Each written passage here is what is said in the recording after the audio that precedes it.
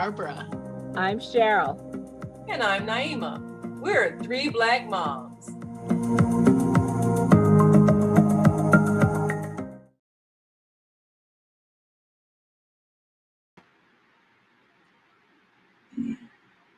Well, if you are a person that is constantly busy, you're probably known as someone who's very efficient in getting things done. And it is a saying that if you want something done, ask a busy person. Those of us who are dedicated to whether it's an organization, a church, a community group, whatever it is, we're the one who volunteers. Maybe we're the one who's always getting elected to office. We're the one who's on a lot of boards and all these kinds of things. And we always got a meeting. We always got an event. We always got a program we're working on. We're always gone. And of course, if we have children, that's a real juggling act because we're always trying to figure out how do we fit the children into our overscheduled schedule.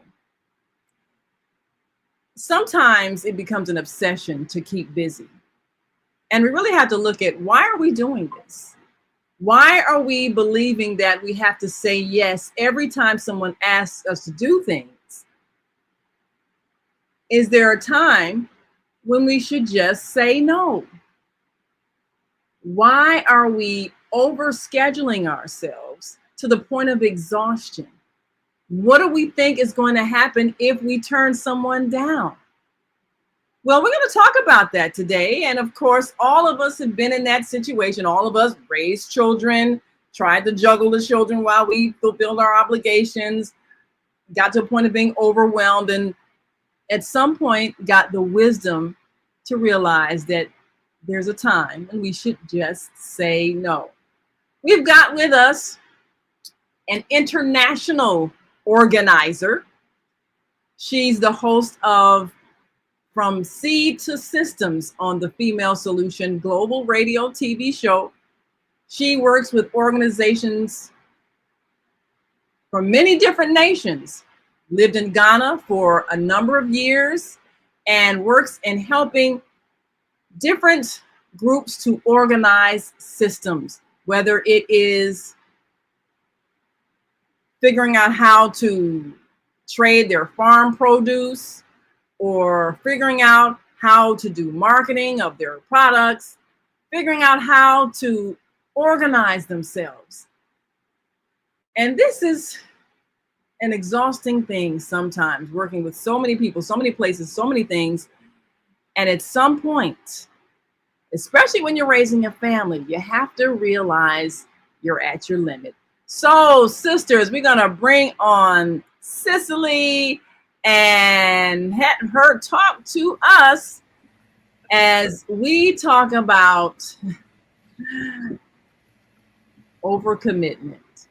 When should you just say no? Thanks for joining us, Cicely. Thank you guys for having me. Well, we appreciate all that you do and the wisdom that you bring. Now, you're still raising children. All of us, our children are grown out the house and everything. Some of us got, grandchildren, but we're not responsible for them. So we don't have to try to juggle the meetings and the children. Yours are at that age where they're almost gone, getting ready to go off to college, but they're still in your life. Yes. So, yeah, that's not an easy thing because they still need you. And you've done an excellent job even in including them in some of the work you do. Tell us about that, though. How was that, especially living in different countries, Ghana and so forth, and working with other countries, Burkina Faso and all of that, and trying to get your children involved so they don't feel like you've abandoned them because you always got a meeting to go to or an event to plan, and you want them to be a part of things so that you don't feel like you're neglecting them. What was that experience like? You know what? That's a good question. So I've vacillated between, making sure they're involved and then giving them a break, because I don't want them to feel the pressure that I feel. But to be honest, I always tell them the same thing. there's no point in me doing anything if you're not going to do it with me or improve it or follow it up with, with a better way of doing it. So I just have always insisted that they be a part of whatever I'm doing, at least to give it a chance. And so far, it's really been very few things I've been able to introduce them to that they have not liked and that they haven't enjoyed and taken to it in some way or on some level. So that's a real great feeling. Um Sometimes they don't understand why they're involved in things until later. So I have one that's old enough to kind of reflect back and go, oh man, I'm so glad you had me do this. Or, I was involved in that. I was there. So she's old enough to say that now. So I'm really dragging the other two through the paces right now. But and the other positive thing is they never have to worry about community hours because they're always out in the community, working with me, talking to people, listening to people, and just being involved in different things. So that's the cool part about it. Ah, yeah, You it know, was challenging for me trying to keep my child with me all the time when I was going to these different things. And, sometimes she was okay with it and sometimes she wasn't. So you were saying, Cheryl? yeah, I was saying that, that's kind of a new concept with this generation of community service hours. Now, Mm, I was lucky in that, unfortunately, our topic today about overcommitment should also extend to our children because my daughter Sarah was way overscheduled for, she had, you know, dance classes. In fact, there was one, at least a couple of times she was dancing at three different studios. She had gymnastics. She, when she was younger, she had piano and voice and baton and, there were and swimming lessons. She had so much stuff that she also was overscheduled. I finally said no when she asked to play hockey when she was skating with her cousins, and her uncle put a stick in her hand and she thought, oh, this is fun, and I says no, but the thing that she had so much stuff, she also could do the community service, like just helping out in her dance class. She got her community mhm. service hours. But that's the other thing is that when we overschedule ourselves, we also overcommit for our children. And and these are some of the skills that we also have to say now. Do your kids feel overwhelmed also, Cicely? Or, Yeah, yeah. It's because I had that, 10-year plus or so gap in the ages. So the oldest one has uh complained to me and said that, like I had her doing so many things, you know, and but to be honest with you, I looked at it like it was just enough because it kind of kept her kind of out of a lot of other things that she could have been into, and she didn't have much room for it. And as soon as she got the room, it wasn't used very, like tightly, you know what I mean? So so she herself went back to, to her old ways of just getting involved and making sure her schedule was on point with constructive activities. So now sometimes I look at her and I'm like, man, you got everything all structured out, and it's yoga and then this and then that, and so it's tough. And like I tell the kids, we don't reach equilibrium until death. So it's always a little ebb and flow, a little too much, a little too less, a little, and you're constant, it's like juggling. Yeah. So but for the young people, unfortunately, I personally I feel like I err on the side of packing them in because honestly, they don't know what to do with their time, I don't think. Um Yeah. and give Yeah. and giving them too much leeway is yeah. Well, that's the thing that you worry about them having idle time, and we do tend Yeah, to overschedule our children because we want them to be in yeah, everything. We want to make sure they always got something to do. We don't want them to be bored. We don't want them to be idle. We don't want them to end up with the wrong crowd that their recreation is hanging out, drinking and getting high and all that. So we figure if they're in sports, if they're in, performance arts, if they're in a bunch of things where their after school time is taken up, then by the time they come home, they do their homework, they're exhausted, they go to bed. And so we don't have to worry about them getting into any kind of mischief. But that can become a thing where they do feel overwhelmed. But it can also teach them how to organize their time. And, I know, Barbara, you had your children, they were in a whole bunch of athletics and everything, and, music and all of that. So how did you manage that when it came down to? Well, I think organizing it? I wanted to give them the opportunity to try as many things as they liked. And then from the things they liked the best, to choose those things. When Lavinia went into high school, she was on the debate team and the reading club. And she also had piano lessons and swimming. Those all took up a lot of time at different times. She wasn't in everything. I think the most consistent thing was the piano that she took for 10 years and being on the swim team for the 4 years that she was in high school. And Good. then the debate team, well, that was all 4 years too, because she really liked that. And she was thinking about going out for volleyball and bowling, but there was no time to squeeze that in. And then her first job out of high school was actually acting. It was one of Mayor Daley's summer jobs where you were able to learn acting skills and get paid for it because it was one of Daley's sanctioned summer jobs. But in terms of overscheduling yourself as an adult, I think that it is okay to say no, because if you are involved in too many things, eventually you're not doing all those things well. I know for my husband, I would tease and call him Moses, before the time that Moses' father-in-law told him, why are you seeing all these people? You need to designate some of this judgment time. And but Eric always felt like, well, if you want anything done correctly and the best, do it yourself. And that kind of became his motto. And as his wife had to step in when somebody wanted to ask him to do something or be involved in something or be president of another thing, I had to say, oh, well, let us pray about that first and then talk to him and go, no.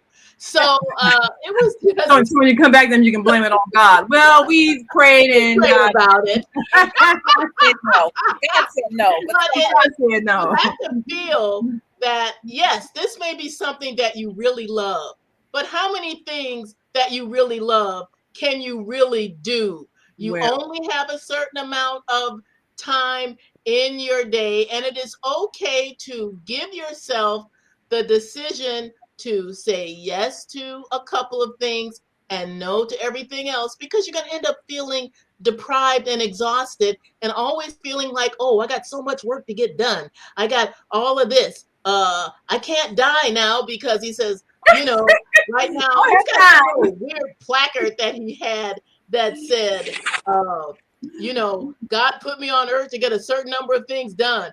And so I'm so far behind now that I'm never going to die. Oh my God. I'm too busy to die. But, you got to look at, and you always can tell if you got too much on your plate. I mean, if you're president of 5 different organizations and you're on 10 different boards of directors and you got meeting after meeting after meeting, and you're eating your breakfast, lunch, and dinner in front of a computer on the run or in the car, on the phone, and all this stuff, just always working, even when you're supposed to be doing something else, such as eating. That's a sign it's too much. And I have friends, I won't say their names because if they watch this show, they'll know I'm talking about them. But, they're on so many boards of directors and they're on this board and that board and this, and they're head of this organization, that organization. And it's like, okay, it can be a big ego boost because you get out there, you're seen, you're known, and everybody knows you do stuff. But something suffers, especially if you have children that aren't out of your house yet. They need your time. And if you're always gone, yeah, they're proud that their parent is active, but at some point there can even be a resentment because you're not giving them the time because you may feel like you need to make something else a priority because you're an officer. Well, I'm the president of this, I'm, the secretary of that, or, I'm the board chair. And so that becomes a lifestyle where you expect your children to just kind of fend for themselves, and maybe even if they're teenagers, they look like they can, but emotionally they still need you to be present sometimes. And as soon as you get home, you turn it on the computer or you're on the phone with somebody and you don't really have time to listen to them or talk to them, that can, that's going to be seen. You're going to see the effects of that at some point, especially when you find out about something that happened with them and you didn't know, and it wasn't something you would have liked. And like, how did that happen? Well, what were you doing? Oh, on the phone. So, Cicely, what are some tips you have for recognizing when you've reached your capacity and you absolutely cannot add one more thing, even though it may be something good? How do you say no? Well, usually I'll open myself to my children's guidance on this. So Mm, if it's starting to get too much, they definitely will let me know, and then I just back off. I listen to them. Recently, a very interesting project came before me, and I am going to gladly hand it off to somebody who I think is even more capable and who will be even more interested in actually building this project out more than I can be at this time. So lately I haven't had a real problem. I don't think with saying no. Um I have it if it comes with money attached to it, sometimes that's when I can really overdo it. And to be honest mm, with you, being a widow and a mom of three, that has happened to me where I got all these different contracts at one time. And do you know my children helped me? that was good. Yeah. They That was, didn't want because they knew we needed the money and they knew that I couldn't do it all myself and they helped me. yeah. And so I think, sometimes our ego and our pride is way more than what's going to be helpful in the situation. you know the last thing I want is for my daughter to walk in the room and say, you know what, I'm going to throw that laptop out of the window. Oh, you know and and that happened to me, and that's what I'm saying. So I actually, um I just kind of I try to pay as much attention to them as I can. And if they start agitating or I know the signs, then I just try to back off, restructure things, and just give it a chance. And to be honest, if there's something going on that I think is so important and I need all this time to work on it, I still make the same decision to back off because it I believe in, rhythm and the cycle of things. And sometimes if the timing is not right, that means it's not right. So it's okay for me to back off of it. And I just allow myself to do that. So I would say allow yourself to read your children, pay attention to them, the signs that they're giving you. Um, they keep calling you or Mm, for nothing, or all these different things that they'll do to let you know that I just need you around, mom, yeah. and just back off, whatever it takes, just back off of it. If it's meant to be, it'll still be there, or it'll be there in the right time later. So that's kind of what I'm doing right now. And I vacillate, too far one way and too far another way. I remember my late husband so kindly told me that I'm too available. And the children, it's okay for them to know that you're busy sometimes. So they won't, waste your time with a bunch of foolishness. And that was really great dad advice. Because men have a different way of looking at things, and Yeah, I well, that's understood true. that too. So I really have, when I say I vacillate, it, But it's now all what experimental until it works. Yeah, that's true. But now, what age would you say it's old enough to get your children involved in what you're doing? One of the things that me and my husband did, because we had a video production company, and we would go out, our cameras and everything, and we started taking our daughter out with us, and she was like 8 years old, and we had her behind the camera, and she's learning the skills and stuff. And people are like, what? Because we felt like, well, since we got to be gone, rather than her stay at home and be with her grandmother or whatever, and miss what we're doing, we figured, well, if we orientate her into the business, at least she can see what we do rather than just us be gone and she knows we're out somewhere working. So it seemed like there was at least exposure to something, and she learned well. I mean, she did the work, and Yeah. I think that made her feel more a part of it than just sitting at home while we're gone for hours and hours. Mhm. But some children, they might not A, have the attention span, B, want to be bothered, C, they can be tired, sleepy, and start acting up.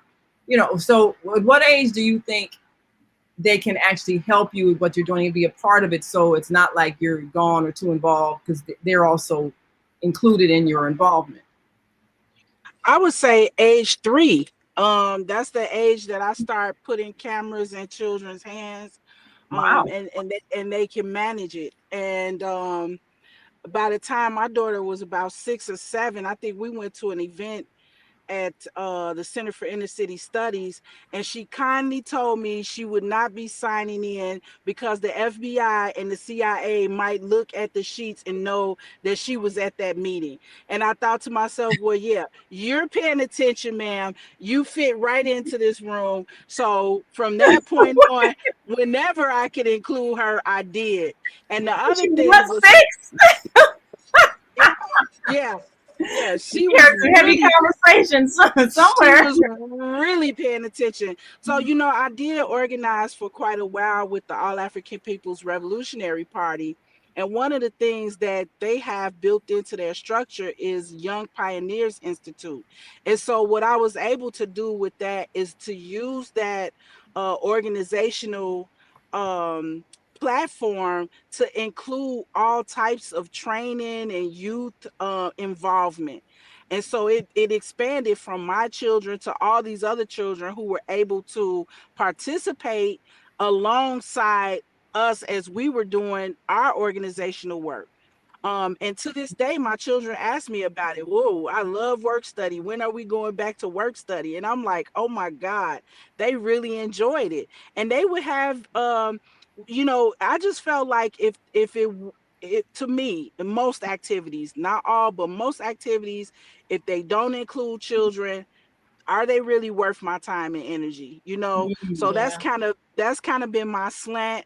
And that has worked for me, and fortunately, for a lot of other children who have benefited from the work that I've done. So I would say that, and I've always recommended women, especially women in my position with young children, widow, or for whatever reason, you have young children and you want them to be around uh, a certain type of people. So Mhm. now that's when you're looking at your organizations and what type of people are in those organizations, and can my children be around them and it have a positive effect on them. And so those were the things that I had to consider, and I recommend for people to consider that too. What do you guys like doing? Get involved in it to a level where you can include your children. It could be bowling or skating. It doesn't have to be, these highfalutin organizations and organizational structures, but just places where you like the environment, you trust the people to some extent at least, and you can feel comfortable bringing your children along. And so I've just tried to really put us in those types of spaces. And again, that's, you know it seems like they've been even more sheltered. But So, but that's a good but point though. those are my recommendations. Yeah. Yeah, then that's a good point about where you expose your children. What kind of activities are you in? Can you bring your children? I mean, I've seen people take children to meetings, and meetings might run long. They got the child on the lap sleep, and it's 11 o'clock at night. But sometimes, especially like you say, if you're single parent, maybe you don't have another option if you really want to come to this event, and you got to take the child and maybe keep them busy with snacks if it gets too boring or whatever. And then sometimes they're absorbing that information, and it can be an educational experience. They Yeah. remember things. They're Yeah. at a political rally, and Yep. they learn something about the government and politics because Yep. it's a voter education thing. So are there Yep. any places that you would say are inappropriate to Yeah, take? that's what I was going to ask about because sometimes you can be in organizations, and what they used to say, little pitchers have big ears, and Mm-hmm. children will hear stuff, and they Yeah. will hear gossip, and they will hear Yeah. disparaging words about you, about other Yep. people in the Mm-hmm. organization. Yep. And kids tell all your business all the Yep. time. Yep. So part of that knowing when you're overcommitted, I think, is realizing that, this is a great organization. I like this. Maybe I don't care for that person that much. But you know what? Even if somebody doesn't care for you, your kids will know about it. And Oh, a lot of, and there definitely. can be conflicts about that. So, we have to also be careful about, when we do involve our kids, make sure that they're around the right kind of people, because Mm-hmm. say all these little side things and little bad conversations within hearing distance. We actually had a family that ended up leaving our church because somebody said something about Oh, his father wow. in front, Oh, About his what? Wow. his about father his used to. father, Uh, and Wow. and he just didn't want to go there anymore. And they ended up Wow. leaving the church. We've lost families because people say nasty things, when they get in Hmm. the coffee hour. Because some of us, we go to churches where people will say all kinds of nice things in the sanctuary and then go into the coffee hour and then gossip. Mm. So And the children right there hearing it all. Yes, and they will see the hypocrisy. yes, exactly, they exactly. certainly will. They And certainly some of will. that comes from you spending time, and then they'll be smiling up in your face where your kid also knows what's going on. Yeah. So some of those things is like we have to say no to things that may make our kids uncomfortable too. You know, And Mm. take a pause. Don't be real quick to jump in to say right. yes to something that looks good at the outset, but then when you weigh it in your mind, you realize this might be taking away your more time than you're willing to actually invest in, taking away your rest time, your sleep time, your peace. All those things are really important. I remember this story about the two sons, the parable of the two sons, where the father had asked one son, I need you to go out in the vineyard. And he said, yes, I'll go. But then he didn't do it. And then the other son, he said, no, I don't want to go out there. But then he changed his mind, thought better of it, and decided to go ahead and do the work. So obviously, actions speak louder than words in that situation. And when Jesus was asking the Pharisees, so what do you think? Who's the one who really did what the Father wanted? And they said, well, the one who said no, but then he did go out and work in the vineyard. And Jesus got after them by saying, well, the tax collectors and the prostitutes are going to get into the kingdom before you, because when John came and told you about righteousness, you were like, yes, yes, in his face. But then you didn't do what he said was required. Mm. So sometimes it's a situation like that. You might say no right away, but then you'll think about it and think, Hmm. Go ahead maybe I and do really it. can do this and go ahead and do it, as Hmm. opposed to saying yes right away and then you don't go. So then now you've got this reputation of somebody that says, oh, they say yes, but then they're lazy. But yeah, they don't flake out. Yeah, and that's true. You could easily get a reputation as being a flake because you don't follow through and do what you say you're gonna do. We're gonna take a quick break, and when we come back, we'll talk about what are some conversations if you are taking your children places that they shouldn't hear. What are some conversations that would be beneficial for them if you're involving them in your activities? And when, like you're saying, Barbara, when can you tell that you have gotten to the point where you're juggling too many balls and you're dropping too many and people are starting to get angry with you because you're not following through? And then how do you decide what to let go when you've got to that point? So we'll be right back. You're watching Three Black Moms, now 4 Black Moms today. And we'll be right back to talk about overcommitment. How to say no. Yes. Do you know how to say no? So we'll be right back. Just stay with us. Hi, I'm Naima Latif, and if you're watching this, that means you're one of the 4.6 billion people from around the world who are using an electronic device to talk to people. In these times, people are using the internet to talk to everybody. Friends, neighbors, family members, co-workers. People are on their cell phones and computers all day long. Now, if you're in business, that is great news. That means you can sell your products and services all day long and never have to leave your home. All you need is a media connection, somebody to connect you to an audience. And that's why I'm talking to you today. We produce programs, and our audience members are people who shop. They buy clothes, food, beauty supplies, cleaning supplies, home repair, transportation services, child care services. Whatever you're selling, they need to buy it. We're your media connection.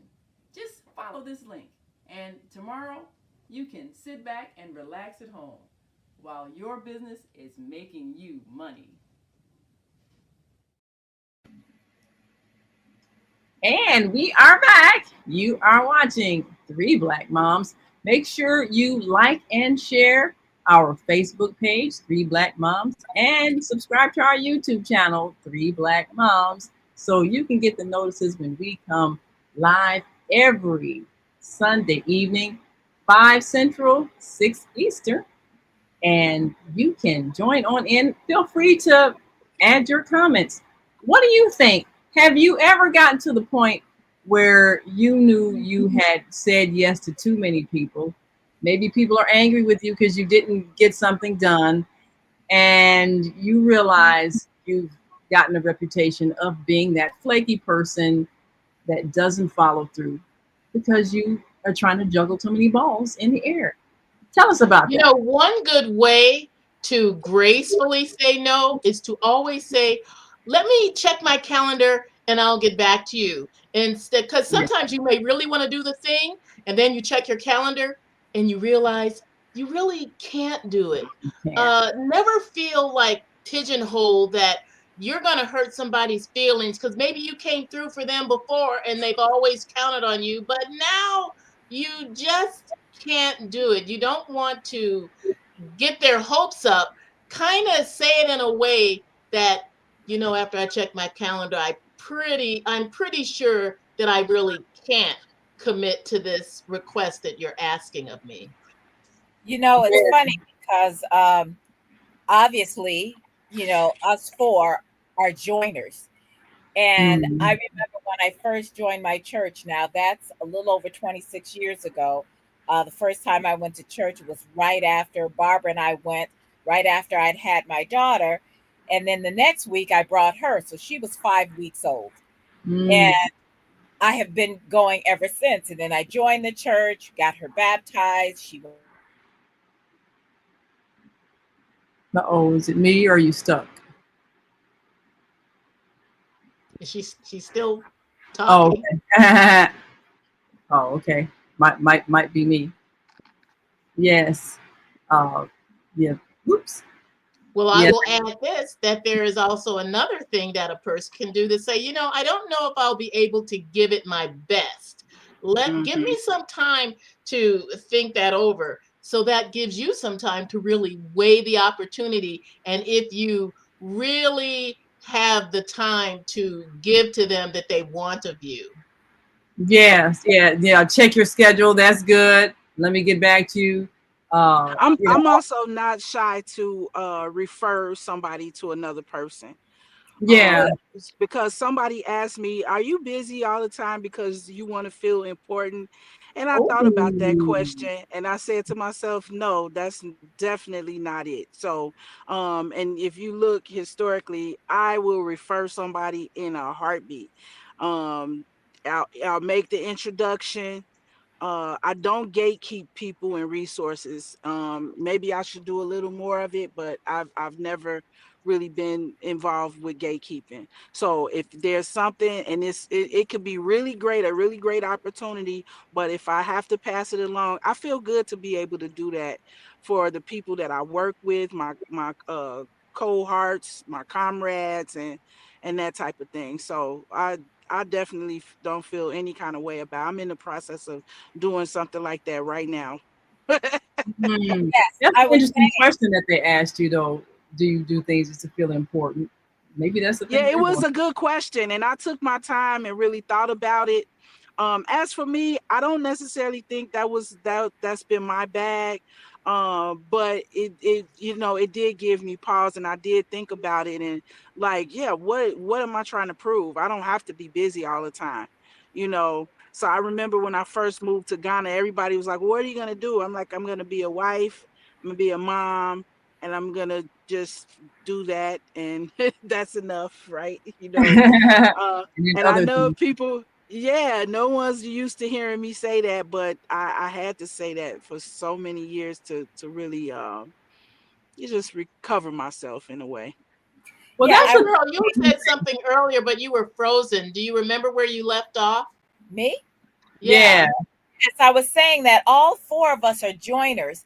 And the problem with joiners is that people will always pounce on us. Well, what I was saying, I'm not sure how much you all heard, but um, when I first joined my church over 26 years ago, I was asked, like within the first month, to join three different committees. I was asked to be on the SPRC. I was asked to be on on the trustees. I was asked for another committee for recruitment, and for me, it was like, whoa, And I did join the trustees because they were the first ones who asked, but it probably wasn't a great fit, even though I became a trustee for for a long time. But that's what happens is that people will find the ones that join, and then they will pounce on them. But what has happened is that it's also burned people out. So um, if you Yeah. feel like you and a lot of times, like you all were saying, take a time to say, let me think on that, let me check, because I've also known people who they start out doing something, like you all have said, it ends up being a bigger time commitment than what was advertised, and now you feel like you can't get out of it. And so Mm. at some point you have to say, what am I getting out of this organization, this committee, this, and if it's still something that you're getting something out of, you can still say, okay, I'm still getting something out of this, but I need to take a step back because this is taking more time than I have. We all only get 24 hours every single day. That's it. You might want 36, you're not going to get it. So, Yeah. say okay, I've got this time, I've got the time that I have for my child, I've got the time that I have for my partner, and I have to navigate what my priorities are. And it's funny about somebody saying, well, do you do this to feel important? No, because you don't necessarily think about you doing for your importance or your aggrandizement. You kind of do it because this is important work and you need it to be done. But we can Right. also say, but there are 8 billion people on this planet. I don't have to do all of the things. And Mm. that way, and when you do that, your child can see, okay, I don't have to do all of those things either. Because Right. rest, And haven't you noticed that the few people do a lot of stuff while there are a lot of people that do nothing? That's how That's the things get thing. ended up Yeah. piled on you, especially in church Yeah. situations where Yeah. something is important, you see the need, and no one else will step up. And so you think, well, I'll just do this I'll until just do it. somebody steps up. And then no one ever steps up. Right. Especially if you do a good job, then you become the person that everybody expects to do it. And then you Yes. feel obligated to do it. That's what you were saying, Cheryl. You realize you really shouldn't, but now you feel like you can't quit because everybody needs you or wants you or expects you to and depends on you. And so you feel like you're quitting or letting them down. But at some point you do have to look at it and say, this is too much. This is too much of my time. This is, I'm being asked to keep having these dinner time meetings. I can't spend time with my family. So at what point do you say no, or do you know when to throw in the towel and just say, look, I can't come to another meeting. Look, I'm going to give this position to someone else. At what point do you make that choice? I think when it comes to when you start to resent Ah, the, the obligation, Yeah. yeah. because When you start I not to like I it had a anymore. conversation with someone once, and who needed something, and I said to her, yeah, I can do that. And she kept, and she are you sure, are you sure? I said, of course. And she says, well, I know that, and for me, i I say yes when I don't want to, and then I resent it. I says, well, I don't do that. Mm, I says, if I don't want to do something and you come to me with a problem, I don't want to help, I'll just say, gee, I'm really sorry, I hope you get that worked out. But I'm not Yeah. going to do something you and then resent you for asking. And that's the thing, is we have to stop saying yes to things we actually don't want to do. And I think that's how we get into Yeah. these things. It's like, oh, okay, that sounds interesting, but I really don't want to do that. No, that's not me. Like, for instance, Yeah. we have a thrift shop at our church. I don't like thrift shops. So even, I've helped out, like helping, because one of my friends helps run it. So I have helped her when when she's going to be there and needs stuff hung up or things like that. But I am not going to be going there sitting in the thrift shop and trying to sell clothes. I don't do that. I will donate. mm. I don't like to do Not trying to sit there and work. that. Well, This is what I'm going to do. Just don't do it. The problem is, and it's funny because I said this from the pulpit today, because I'm a lay leader, or mhm, actually I'm the lay leader.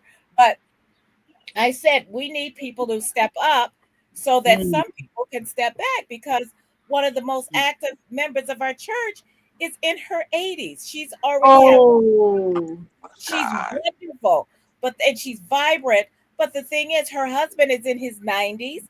He's got oh, problems, and you see people who come in and they'll sit down and they'll do nothing, and they and they'll yeah, sit we're there. gonna let this 80-year-old just keep holding the load that she's holding. Yeah. Exactly, exactly. And eventually that's not going to happen. Eventually you have to give those things up, because we're all getting older. It's Age is not going the other way. None of us are Benjamin Button here, so it's not happening for us. So Right. that's the other thing. When we talk about saying no, we have to be able to look back and say, I can do this, or give them a certain time. I can do this for, you got me for 6 weeks. Six Yeah. weeks. Yeah. The No, time I'm limit. extending it. No, I will do this for this amount of time, or I cannot do it. It does not fit. Yes. Right. And you said something earlier, Cicely, about uh, sometimes when if it's a paid situation, okay, I need to hire you to do this, and it might be okay. Well, I need to take it because I got to pay this bill or whatever. But it's more time than you want to commit to it. It's taking you away from something you like to do, and maybe you get to the point, and like Cheryl was saying, you start to feel resentful. And how do you decide? You know what? I need to give this job to someone else, or I need to end it, or I need to put a time limit on it. This is, even the money is not making it worth the Right. kind of time I have Time to that's put in taken. it. So Yeah, it's happened to me several times. But to be honest with you, I got we could call it prayer or whatever, but I work off of where I'm led to work. Mm, I know that if, a lot of times people bring me an idea or something that they want to do, and then I'll feed into it. And and if that idea does not leave me, then I take another look at it. mm, So that, and the other thing is, I remember when my husband transitioned, he was so calm, and I Mm, said to myself at that time, that is how I would like to transition from this world. very yeah. peaceful. Calm, Mm, and knowing that I left it all on the table. So mm, sometimes I do push myself, but I push myself from the prayer that I made with God, that I would like to exit this place knowing that I did me, I did it to the best that I could do it to.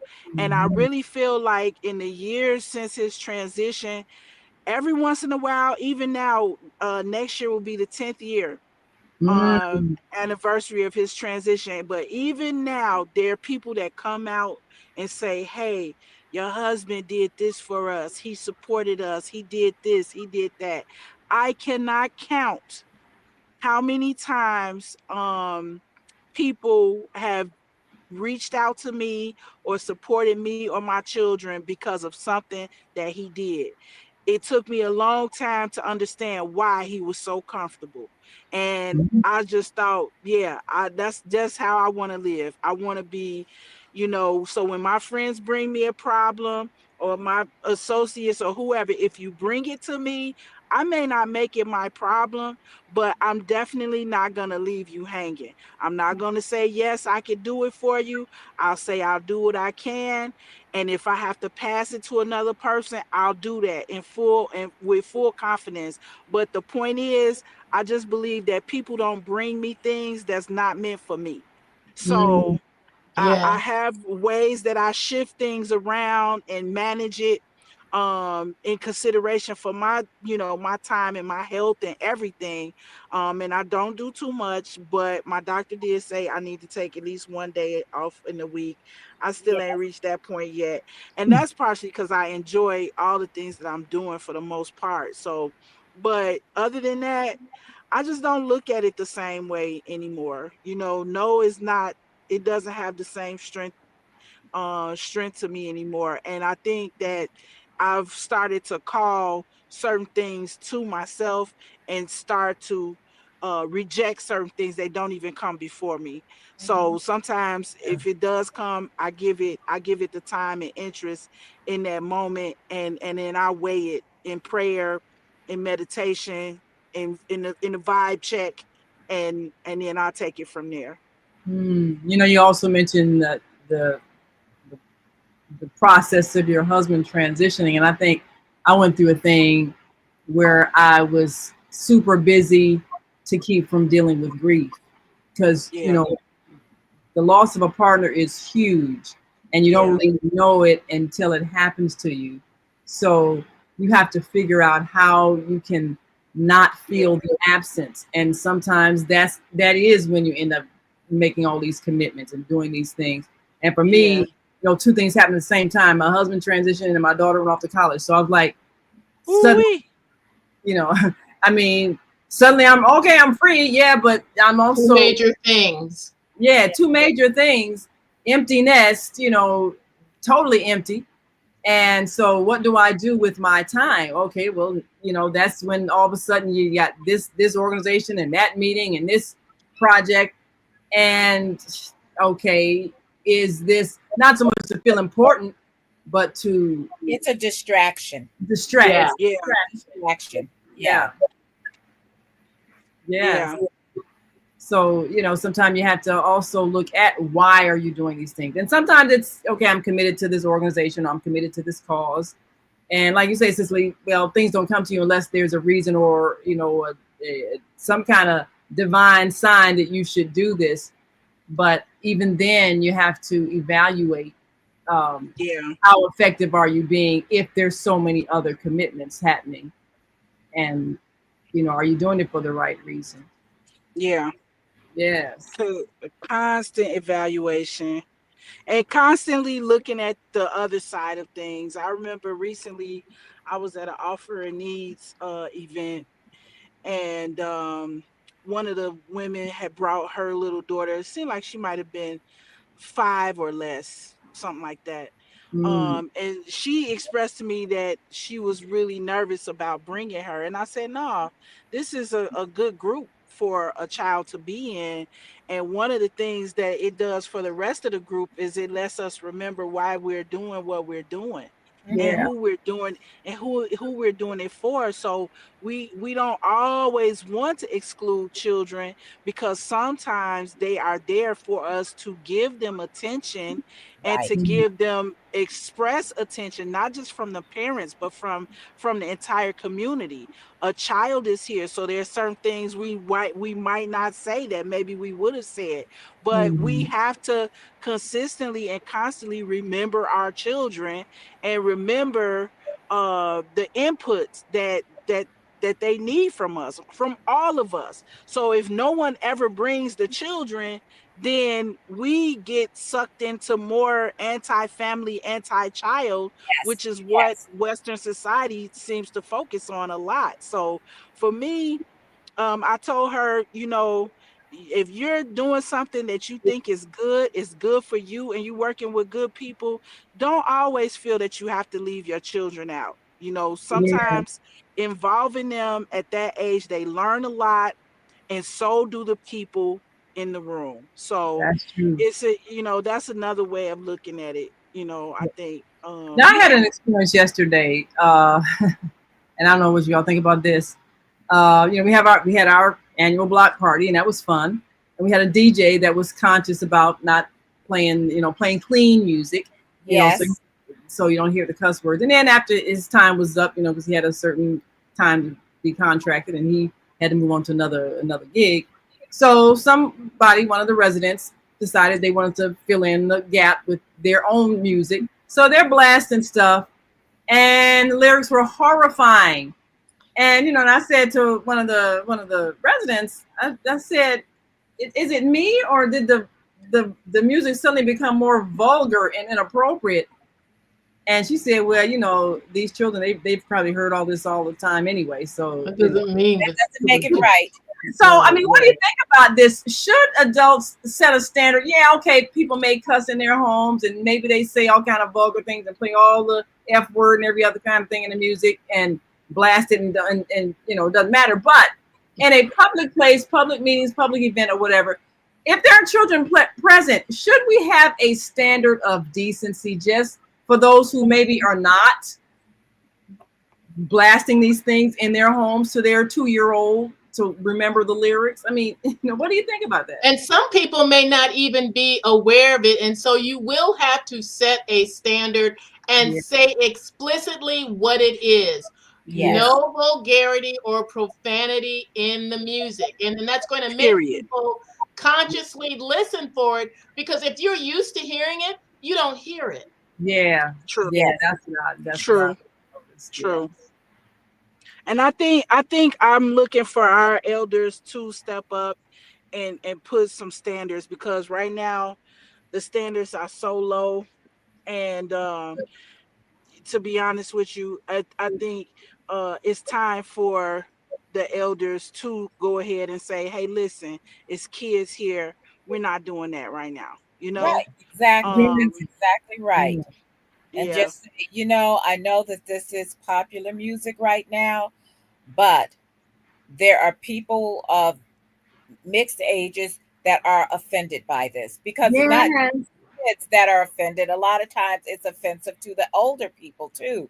And even if it's an older person who's listening to it, maybe they grew up in the 80s and they were hearing all this vulgar, you know, hip hop or rap or that kind of stuff. Mhm. Yeah, well, Or you know what? denigrating women music. Yeah, denigrating Mm. and all the violent sexual imagery, all of this kind of stuff is not proper for any place. It says so we have to be brave enough to say this is Mm. not what we signed up for. I understand, but can you find something that is not offensive to some of us? And so what? You may be called a prude. You know what? I listen to a lot of different stuff. A lot of cuss words don't bother me. I have college students who cuss in class. It does not bother me, but it would be different if I were dealing with children, and these are grown adults. So Right. you have to know your audience, and in a mixed group, I would like to think that they are not talking like this to their grandparents, who are probably around my age anyway. Yeah, you would Right. think. But that's the thing, and so yeah, we need to step up, like Cicely said. The elders need to be the ones to say, To you say know, something. I think that that's probably inappropriate for this setting. Would you mind looking for something else? You can do oldies music if you want, but let's make Right. oldies not, because a lot of oldies music was not like this, you know. Right, right. So Yeah, let's go back to Earth, be the Wind, and one, Fire and Smokey Robinson and the Miracles and the yeah. Supremes. But even And they sing about love without it being lusty. You know what I mean? even the All Jackson Five. I explicit. mean, you can go even closer. You can go to the pop era and all this other kind of stuff. You can go to top 40 now. There's plenty of stuff that is not vulgar and Yeah. not sexual and not violent, and so we have to be the ones to say something. And You're right. because if we don't say something, it It won't get seen. silence It'll become silence acceptable. complicity. Silence Yeah, is silence complicity is all the complicity. time, and Absolutely. it is violence. So Yes, absolutely. Yeah, you And are then this absolutely right. becomes the test. So you make a decision and say, we're not going to have this. This is what our level is going to be. This is the standard. This is the where we draw the line. And then you don't have anyone who will be the person to take care of that. They don't want to be bothered. What do you do? Now you're already committed to stuff. What do you do when no one is going to do the responsible thing? Do you say, man, I guess I'll have to be the one? Sometimes that does happen, and that's how we end up overcommitted because we always have to be the one to step up and do something when no one will do it. That's how this starts.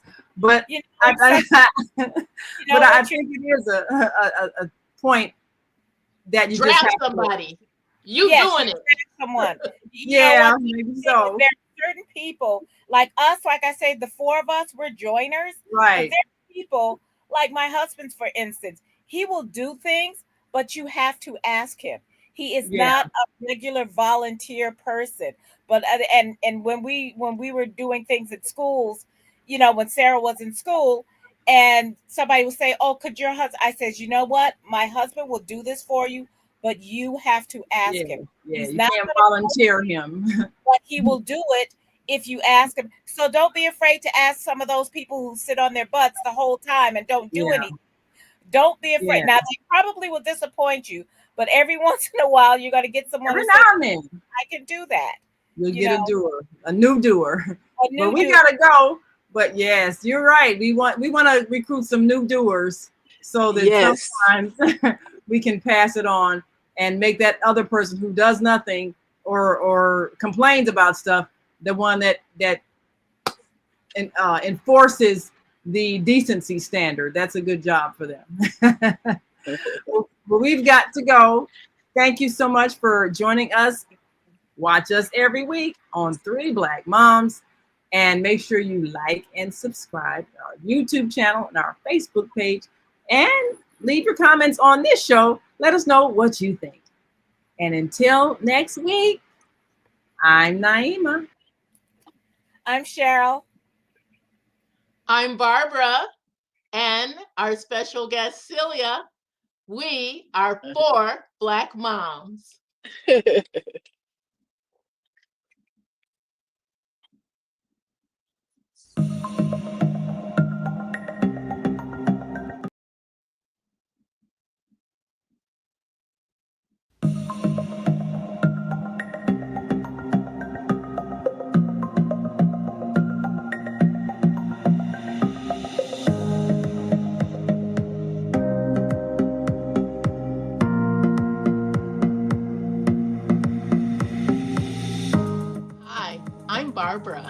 I'm Cheryl.